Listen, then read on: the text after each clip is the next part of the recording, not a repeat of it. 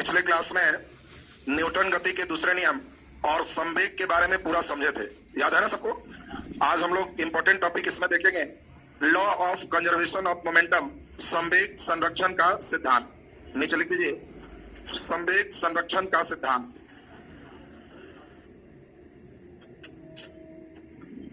Law of conservation of momentum, law of conservation of momentum, संवेग संरक्षण का सिद्धांत। संवेग संरक्षण का सिद्धांत। चलिए ध्यान दें, एक बढ़िया टॉपिक है, सबका ध्यान बोर्ड पर बढ़िया से आ जाए ताकि समझें। इस पर न्यूमेरिकल भी मेन पूछा जा सकता है। तीसरा नियम इसके बाद, अभी सब संवेग से रिलेटेड सब बात एक साथ चल रहा है। दूसरा नियम में हम लोग कौन सा शब्द सीखे थे? संवेग। तो संवेग पूरा कंप्लीट, तब थर्ड ला हम लोग चले। तो देखिए, संवेग का मतलब आपको पिछले दिन समझाए थे, संवेग का मतलब चोट। संवेग को ही ठेठ में चोट कहते हैं। और चोट लगता कैसे है? वेरी गुड, द्रव्यमान में वेग को गुना करते हैं। एक पत्थर लेते हैं, द्रव्यमान गुना वेग, तो मिल गया संवेग, यही संवेग। और संवेग संरक्षण का सिद्धांत कहता है कि कभी भी एम गुना भी हमेशा संरक्षित होता है, नियत होता है, ये कभी नहीं बदलता। देखो, किसी चीज में संरक्षण लगेगा का मतलब है कि वो बदलेगा नहीं। और ये कहता है कि अगर दो वस्तु टकराएगा भी तो जितना संवेग टक्कर के पहले था उतना ही संवेग टक्कर के बाद हो। और यही संवेग संरक्षण का सिद्धांत है, एम गुना भी नियत होता है। जैसे अभी हम समझा रहे हैं, मान लें 12 किलो का कोई हम सामान लें और 4 मीटर प्रति सेकंड के वेग से फेंक दें, तो बताओ 12 गुने 4 कितना होगा? 48 किलोग्राम मीटर प्रति सेकंड इसका संवेग होगा, मोमेंटम होगा। ये तो लाइन क्लियर है सबका। अगर फेंकने के साथ ही बाई द वे इसका वजन 12 किलो से अचानक कुछ घट जाए, मान लो अभी 12 किलो से हम मान लेते हैं कि धीरे धीरे 2 किलो पे आ गया। जब हम फेंके तो अचानक ही 12 किलो से 2 किलो पे आ गया। तो सिद्धांत कहता है कि घबराइए नहीं, ये भले 2 किलो आ गया है लेकिन संवेग वही रहेगा। और इसीलिए अगर ये 12 से 2 आया तो बोलो इसका वेग क्या होगा? तो ये 24 होगा, ये 48 कभी नहीं बदलेगा, वेग ऑटोमेटिक बढ़ जाएगा। अगर इसका मास 1 किलो हो जाएगा तो बोलो वेग 48 हो जाएगा और ये 48 ही रहेगा। यानी हम लोग एक बहुत इंपॉर्टेंट बात सीख रहे हैं। क्या सीख रहे हैं? मास कम होगा तो वेग बढ़ जाएगा और दोनों के गुना करके यह मान हमेशा नियत होगा। इसी को संवेग संरक्षण का सिद्धांत का। बोले, ये बात तो कुछ समझ में आ रही है? जैसे अब बढ़िया से सुनेंगे, अगर हम मान लें किसी बड़े गुब्बारा में एक बैलून ले लिए और एक हम लोग इसमें पाइप इस तरह का कर दिया और बांध दी। बताएं, इसका शुरू में वजन कुछ है और गुब्बारा को उल्टा छोड़ दिए। तो जब उल्टा छोड़ दिए तो इसका गैस धीरे धीरे निकलेगा। जैसे जैसे गैस निकलेगा मास बढ़ेगा कि घटेगा? और जैसे जैसे मास घटेगा वैसे वैसे वेग बढ़ेगा और इसीलिए गुब्बारा ऑटोमेटिक चल देगा। अब आपको कहें कि बताओ, गुब्बारा फुला के उलट दिए तो गुब्बारा ऊपर जाता है, किस सिद्धांत से? तो कहोगे समझ गए, संवेग संरक्षण का सिद्धांत है। और इसी सिद्धांत पर सबसे इंपॉर्टेंट आपको क्वेश्चन आते, रॉकेट उड़ान भरता है। सबसे इंपॉर्टेंट यही पूछा जाएगा कि बताओ रॉकेट किसके सिद्धांत पर उड़ान भरता है? संवेग संरक्षण के सिद्धांत पर। रॉकेट उड़ते देखे हो? रॉकेट उड़ते देखे आप लोग? अभी रॉकेट एक उड़ाते हैं, आप लोग उड़ाए हो रॉकेट? नहीं। अच्छा, देखते हैं। देखो, अभी एक रॉकेट बना रहे हैं, इस रॉकेट को ठीक से देख लीजिए तो आपको लगेगा कि हाँ ये वाला तो उड़ाए हैं। ये हमने एक रॉकेट लिया, अब देख लीजिए, हाँ ये रॉकेट है मुर्गा छाप।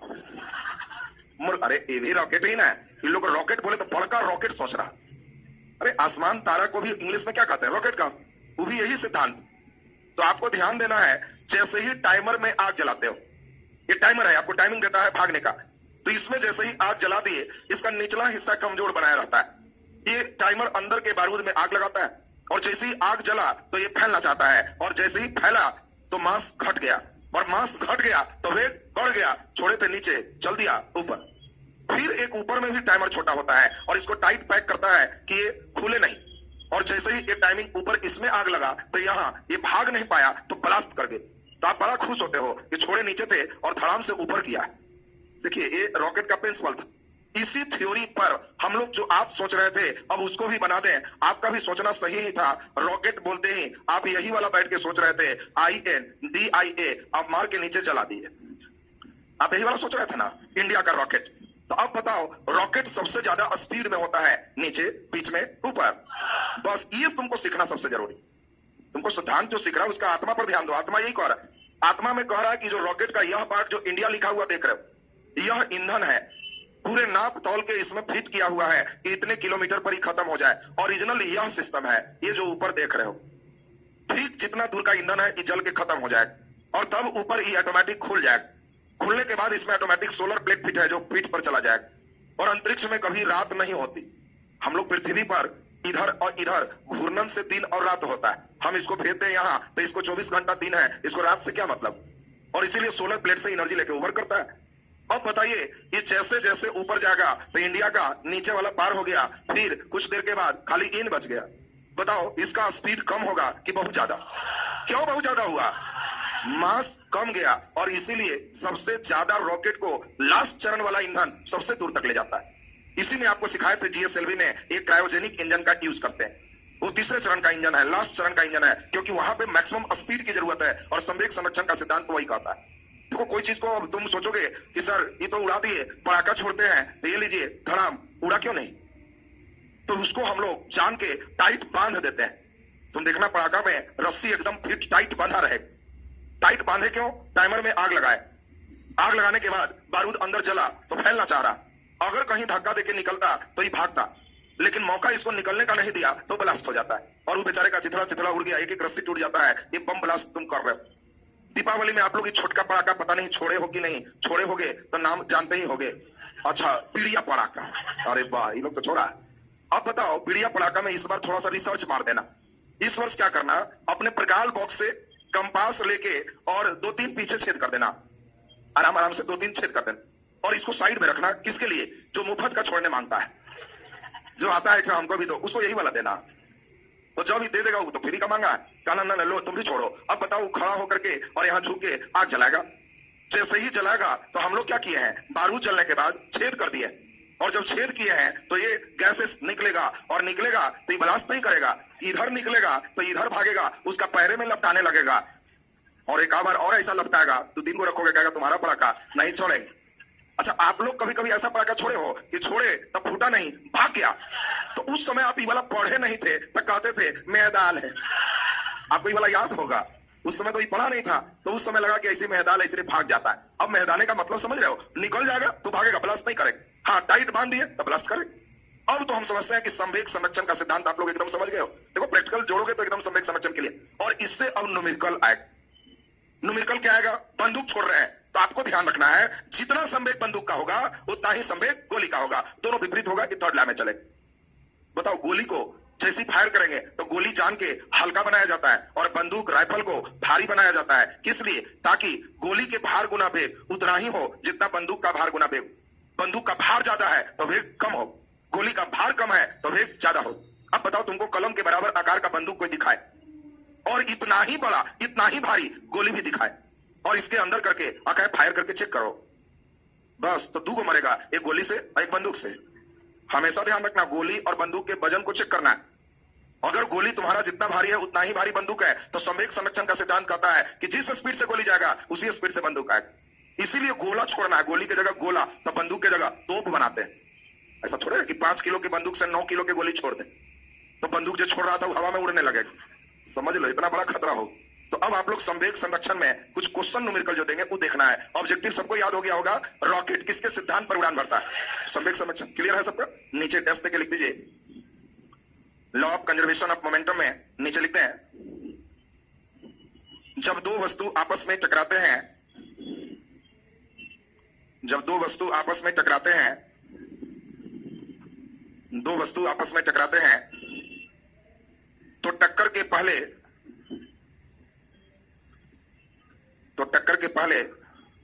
और टक्कर के बाद,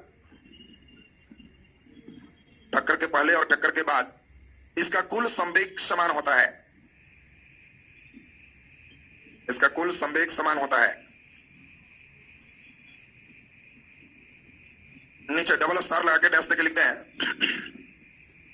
रॉकेट संवेग संरक्षण के सिद्धांत पर उड़ान भरता है, रॉकेट संवेग संरक्षण के सिद्धांत पर उड़ान भरता है, रॉकेट संवेग संरक्षण के सिद्धांत पर उड़ान भरता है। लिखा गया सबसे नीचे डैश देके एक इंपॉर्टेंट या क्वेश्चन सीधा लिखिए न्यूमेरिकल, और ये आपको बिल्कुल सही करना है। लिखिए 5 किलो के एक बंदूक से, ये सब न्यूमेरिकल में स्टार लगा देना, ये सब मैंने पूछने वाला क्वेश्चन है। 5 किलो के बंदूक से, अब बताओ बंदूक और गोली का क्वेश्चन देगा तो समझ में आ रहा है ना, जितना संवेग बंदूक का उतना ही संवेग गोली का, मैं नहीं ध्यान रखना। 5 किलो की बंदूक से 200 ग्राम की गोली, 5 किलो की बंदूक से 200 ग्राम की गोली, 200 ग्राम की गोली 40 मीटर प्रति सेकंड के वेग से छोड़ा जाता है।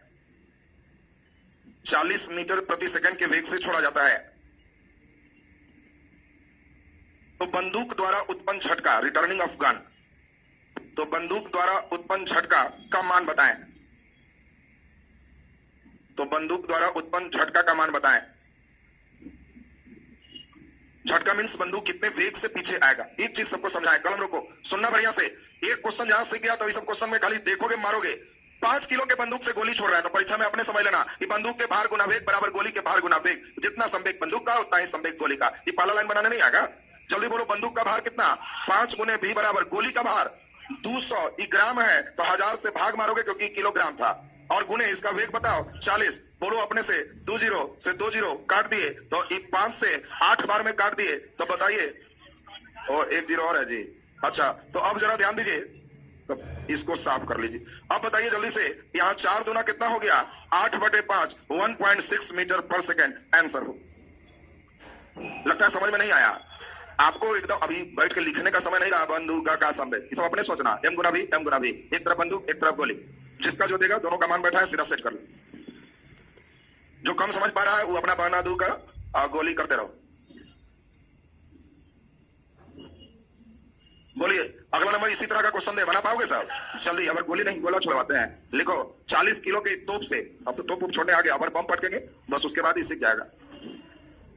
लिखिए क्वेश्चन, 40 किलो के एक तोप से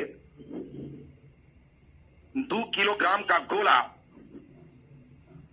2 किलोग्राम का गोला किस वेग से छोड़ा जाए, किस वेग से छोड़ा जाए कि तोप 3 मीटर प्रति सेकंड का झटका उत्पन्न करे, कि तोप 3 मीटर प्रति सेकंड का झटका उत्पन्न करे। 3 मीटर प्रति सेकंड का झटका उत्पन्न करे। बना सकते हो? वाह, वेरी गुड। देखिए कई लोग तो बहुत बढ़िया एकदम फटाफट बनाया। यही स्पीड चाहिए। ये स्पीड जहां रह गया तो बस एकदम फिट हो गया। कहा है? बैठ गया। शुरू करो, बंदूक छोड़ो। बंदूक के भार गुना वेग, बड़ा एम गुना बड़ा भी बराबर छोटा एम गुना छोटा भी। अपने से सोचना है, तोप है, तोप का भार गुना तोप का वेग, गोला का भार गुना गोला का वेग। ये अपने से नहीं करेगा जी, संवेग बराबर हो। बोलो तोप का भार कितना? 40, और तोप का वेग बोलो 3, गोला का भार 2 और गोला का वेग भी निकालना। बोलो 2 से 20 बार में 20 गुना 3, 60 मीटर पर सेकंड आंसर हो।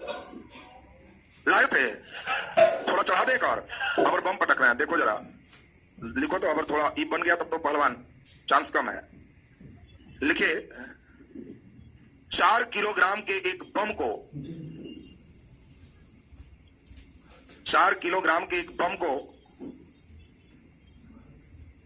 10 मीटर प्रति सेकंड के वेग से, 10 मीटर प्रति सेकंड के वेग से जब पटका जाता है, जब पटका जाता है तो बम के 2 टुकड़े हो जाते हैं। और बम पटकाया है बढ़िया से, तो बम के 2 टुकड़े हो जाते हैं। एक टुकड़ा जो 1 किलो का होता है, एक टुकड़ा जो 1 किलो का होता है, 1 किलो का होता है, वह 5 मीटर प्रति सेकंड के वेग से गतिशील होता है। वह 5 मीटर प्रति सेकंड के वेग से गतिशील होता है। 5 मीटर प्रति सेकंड के वेग से गतिशील होता है। तो दूसरा टुकड़ा का वेग क्या होगा? तो दूसरा टुकड़ा का वेग क्या होगा? 1 मिनट में टाइम दिया आपको। अगर बढ़िया से सोच पाया दूसरे टुकड़े का वेग तो समझेंगे कि एकदम फुल एल्टीना आप लगा पाते हो। बुद्धि लगाओ जरा कस के।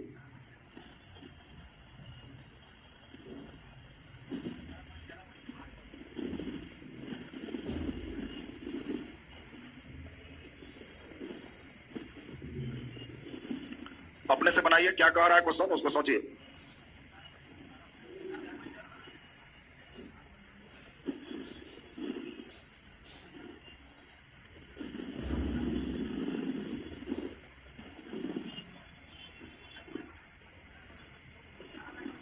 बन रहा है सबसे? चलिए तो बहुत अच्छी स्थिति है।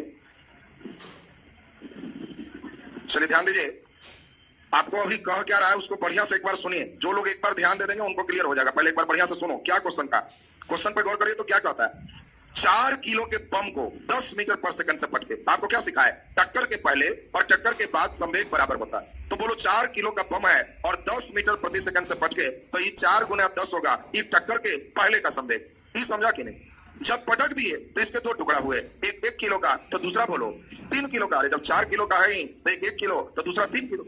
बोलो 1 किलो वाला में 5 का स्पीड आया तो 3 किलो वाला में x का स्पीड है तो x नहीं निकल जाएगा। यही क्वेश्चन। जितना टक्कर के पहले संवेग है उतना ही टक्कर के बाद संवेग होगा। तो इसका संवेग जोड़ देंगे तो पहले का संवेग हो जाए। समझ में आ रहा है सबको? अब बताइए 40 बराबर 5 प्लस 3x। बोलो 3x बराबर 35, x बराबर 35/3, 11.6 मीटर प्रति सेकंड। आंसर। कई लोग लाए थे, बहुत अच्छी स्थिति।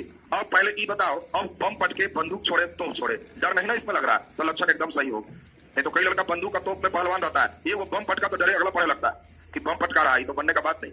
अभी हम बताओ 2 टुकड़ा किए, 4-5 टुकड़ा कर देता है, नहीं बन जाएगा। सब टुकड़ा का द्रव्यमान गुना वेग एक साथ, जो फेंके थे वो एक साथ। क्लियर है सबका? इसीलिए अब बताओ, तुम समझ गए होगे, कोई ट्रक वाला साइकिल वाला को धक्का मारता है तो टक्कर के पहले संवेग अब डिपेंड करता है ट्रक लोड है कि खाली। अगर लोड ट्रक है तो द्रव्यमान बहुत ज्यादा और वेग बहुत ज्यादा है, इतने संवेग से साइकिल को मार देगा। तो समझ ही रहे हो, ये बेचारा एक आदमी 2 आदमी बैठा है और सरिया के मार दिया तो भार गुने वेग इसको मिलेगा। अगर पहले से ये मान लो 800 किलो है और 10 के भी स्पीड में तो ये 8000। इधर 80 किलो के भी पहलवान बैठल है, अगर मार दिया धक्का तो ये 100 के स्पीड में उड़ जाएगा। लक्षण देख रहा कैसा चल रहा है? ये संवेग संरक्षण का सिद्धांत। अब बताओ मोटरसाइकिल के टक्कर है तो भार गुना वेग, लफड़ा थोड़ा कम है। समझ रहा है? ट्रेन साइकिल का टक्कर है तो कितनों धीरे ट्रेन है, भार बहुत ज्यादा है ना, उतना संवेग प्रदान करेगा। ये मत समझना कि ट्रेन 5 के स्पीड में धक्का मारा था तो एम गुने भी से ठीक करता है और उतने एम गुना भी इधर दे देता है। दूसरी बात एक ध्यान रखना है, अगर 2 फुल्ली इलास्टिक बॉडी का ट्रक ले लो और अगर वो दोनों आपस में टक्कर हो जाए तो बड़ा बढ़िया एक थ्योरी कहता है कि टक्कर के बाद वेगों की अदला बदली हो जाती है। ये बड़ा बेजोड़ चीज सुन रहे हो जी। 2 पूरा इलास्टिक ट्रक, इलास्टिक समझते हो, लचीला एकदम, ट्रक को रबर से चारों तरफ से बना दे, ऐसा ट्रक कि मारे धक्का तो पचक जाए, छोड़ दे तो उठ जाए, टूटना उठना नहीं। तो वैसा 2 ट्रक रहेगा। तो बताओ, मान लो ये ट्रक 80 के स्पीड में चलते हुए और अगला ट्रक खड़ा है, इसको धक्का मार दिया, ये रुका हुआ था और इसको धक्का मार दिया तो क्या होगा? जैसे धक्का मारेगा ये रुक जाएगा, आई 80 का स्पीड धरेगा। वेगों की अदला बदली। देखिए बड़ा बेजोर धक्का है, ये आके मारा इसको थाए तो ये कहेगा कि बस हम यहीं और तुम धप्पा दौड़ जाओ। ये रुमाल चोर नहीं देखा था, वही वाला खेल हो जाएगा। तो अब बताइए वेगों की अदला बदली भी क्लियर है सबका ना? तो अब जरा संवेग संरक्षण आप लोग बढ़िया से समझ गए हो। थोड़ा सा थर्ड लॉ हम लोग चलेंगे, नीचे हेडिंग दे, न्यूटन गति का तीसरा नियम, Newton's third law of motion. Newton's third law of motion, Newton गति का तीसरा नियम, Newton's third law of motion, Newton's third law of motion. चलिए थोड़ा सा ध्यान दे देंगे, थर्ड लॉ तुरंत खत्म हो जाएगा और उसके बाद आज थर्ड लॉ तक पूरा कंप्लीट।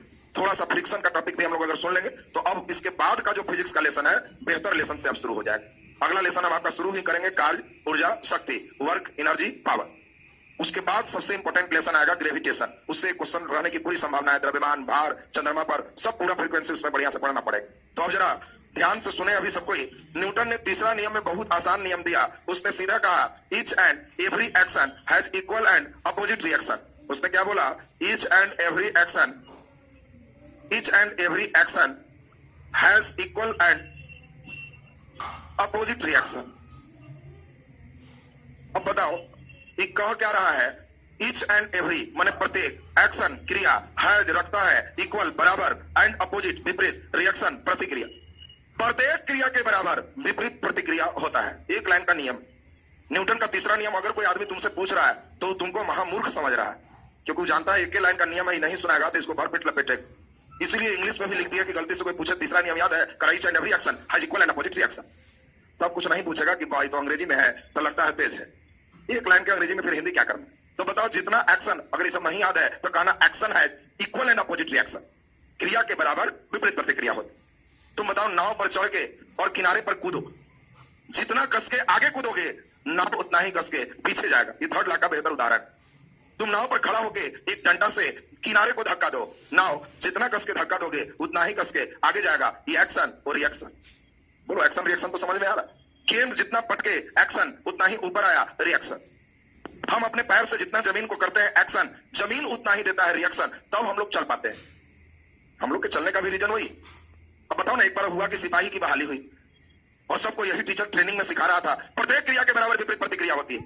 और उसके बाद उदाहरण सब दिए, नाव वाला, बाकी वाला, और कुछ देर बाद टीचर कहे कि चलो जी अब फायरिंग करना है। एक लड़का विद्रोह कर दिया कि नहीं, जितना क्रिया उतना ही प्रतिक्रिया, हम नहीं छोड़ेंगे। बताओ बंदूक में तीसरा नियम लागू होता है कि नहीं होता है? जल्दी बोलिए। जितना गोली क्रिया किया, क्या बंदूक उतना ही प्रतिक्रिया किया कि कुछ कम किया? क्या कम किया? उतना ही किया। अरे ये लोग तो बड़ा बेजोर बेजोर ट्रेनिंग लिया।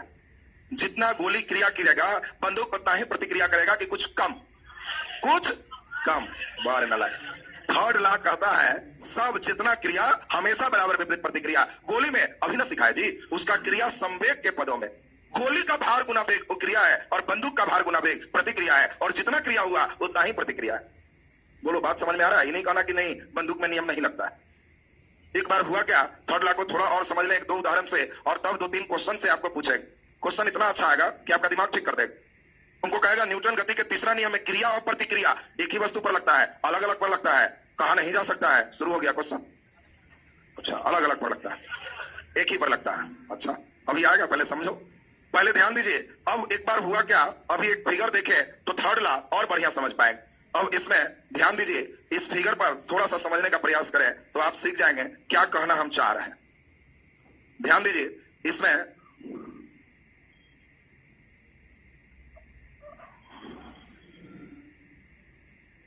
बाकी बनाने नहीं आ रहा, छोड़ देते हैं। एक घोड़ा गाड़ी है और एक घोड़ा गाड़ी में एक पूरा घोड़ा से ज्वाइंट है, और घोड़ा वाला कुछ देर पहले यहाँ तेजी में पड़ रहा था। प्रत्येक क्रिया के बराबर विपरीत प्रतिक्रिया होता है, और घोड़ा कान लगा के सुन रहा था। जब वो खड़ा होके घोड़ा को कहा चलो, तो घोड़ा आवाज दिया कि जितना क्रिया करेंगे मालिक बराबर और विपरीत प्रतिक्रिया है, तो चलेंगे कैसे? बताओ घोड़ा गाड़ी में तीसरा नियम लागू होता है कि नहीं होता है? होता है लागू। घोड़ा जितना क्रिया करेगा गाड़ी उतना ही प्रतिक्रिया करेगा। अगर बराबर विपरीत प्रतिक्रिया है, गाड़ी कैसे बढ़ेगा? घर्षण से बढ़ेगा। अरे ये लोग तो तेज तेज है, तो घोड़ा को लगता है समझा देगा इन लोग। कैसे बढ़ेगा जी? घोड़ा गाड़ी में क्या है? हाँ देखिए, कुछ लड़के पकड़ रहे हैं, वेरी गुड। पैर को देखो, पैर को, ये मेन चीज है। घोड़ा को सही में चना भी खिला दो, खूब खिला दो, और उसका पैर में पट्टी बांध दो, दोनों पैर को सीधा कर लो, और तब लगाओ कस के रस्सी कि दौड़ो, तो थर्ड लॉ समझ में आ जाएगा। जब पैर नहीं मुड़ेगा तो जितना क्रिया उतना ही प्रतिक्रिया, लेकिन जैसे ही घोड़ा अपना पैर मोड़ दिया, ये तिरछा बल लगा, और तिरछा बल के दो कंपोनेंट होते हैं, एक नीचे एक ऊपर। इसके बराबर प्रतिक्रिया इधर से लगने से घोड़ा आगे बढ़ता है, और इसके बराबर प्रतिक्रिया नीचे से लगने से घोड़ा का पैर ऊपर उठता है। दोनों का अपोजिट रिजल्टेंट है। थर्ड लॉ से ही घोड़ा गाड़ी आगे बढ़ता है। घोड़ा को छोड़ दो, मनुष्य को चलना है। घोड़ा समझने में दिक्कत हो रहा है, तुम आदमी को समझो। मान लो ये आदमी का पैर है, आदमी भी जब बनाएंगे तो तुम देखना ये भी यहाँ पर बहुत डिजाइन से मोड़ेगा।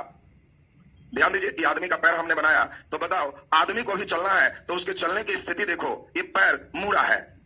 अगर पैर नहीं मुड़ेगा, एकदम सीधा कर दिया जाए, कितना देर आगे बढ़ोगे? अभी तुमको लग रहा होगा कि टाइट टाइट से चल लेंगे, तो कल्पना करो जिसको हॉस्पिटल में दोनों पैर पर प्लास्टर चढ़ल है, और कहना एक आध चल के दिखाओ।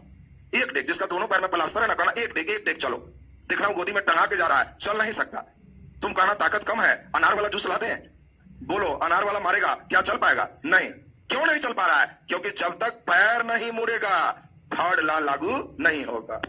क्रिया और प्रतिक्रिया का मेन सिस्टम यहां पे आता है।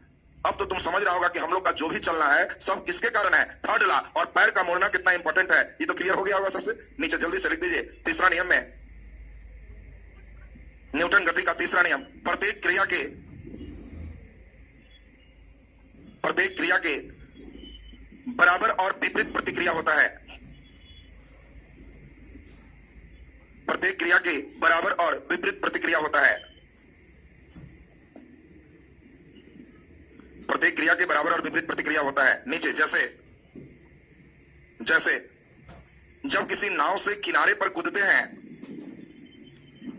जब किसी नाव से किनारे पर कूदते हैं तो नाव उतने ही प्रतिक्रिया के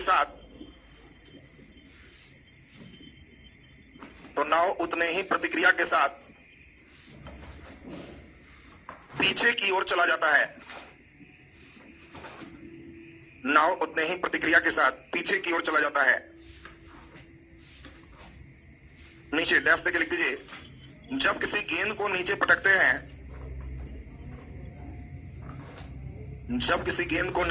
हैं, तो गेंद उतने ही प्रतिक्रिया के साथ ऊपर की ओर आ जाता है।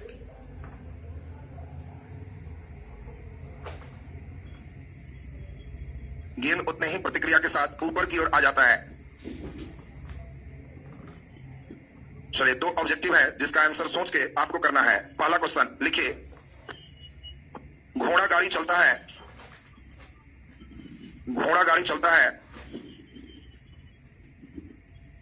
चॉइस ए, घोड़ा द्वारा गाड़ी पर लगने वाले बल के कारण।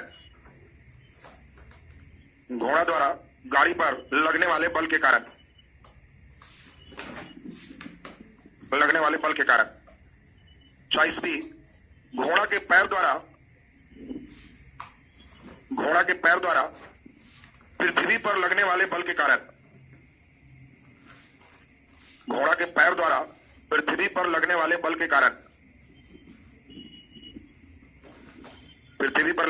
के कारण। चॉइस सी, पृथ्वी द्वारा घोड़ा पर लगने वाले बल के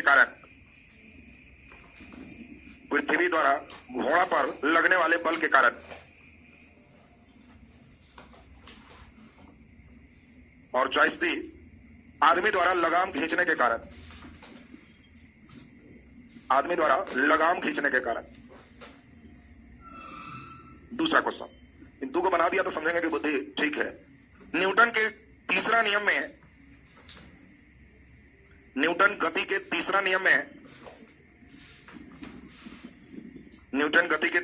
में क्रिया और प्रतिक्रिया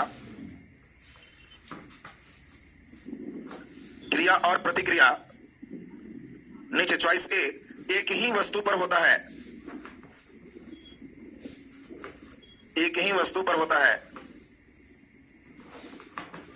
चॉइस बी, अलग अलग वस्तु पर होता है।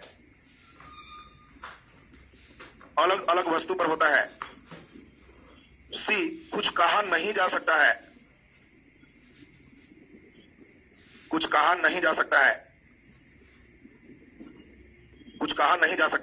और डी, इनमें से कोई नहीं।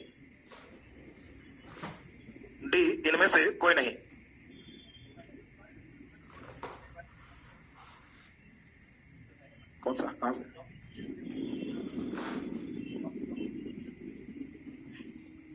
सोच के बनाए क्या कह रहा है। पहला क्वेश्चन का आंसर बनाए। ऐसा करते हैं, दोनों क्वेश्चन से ही हम लोग कल शुरू होंगे और इसके बाद फ्रिक्शन सेक्शन करके हम लोग कल लास्ट करेंगे। आज का क्लास समझ में आ गया?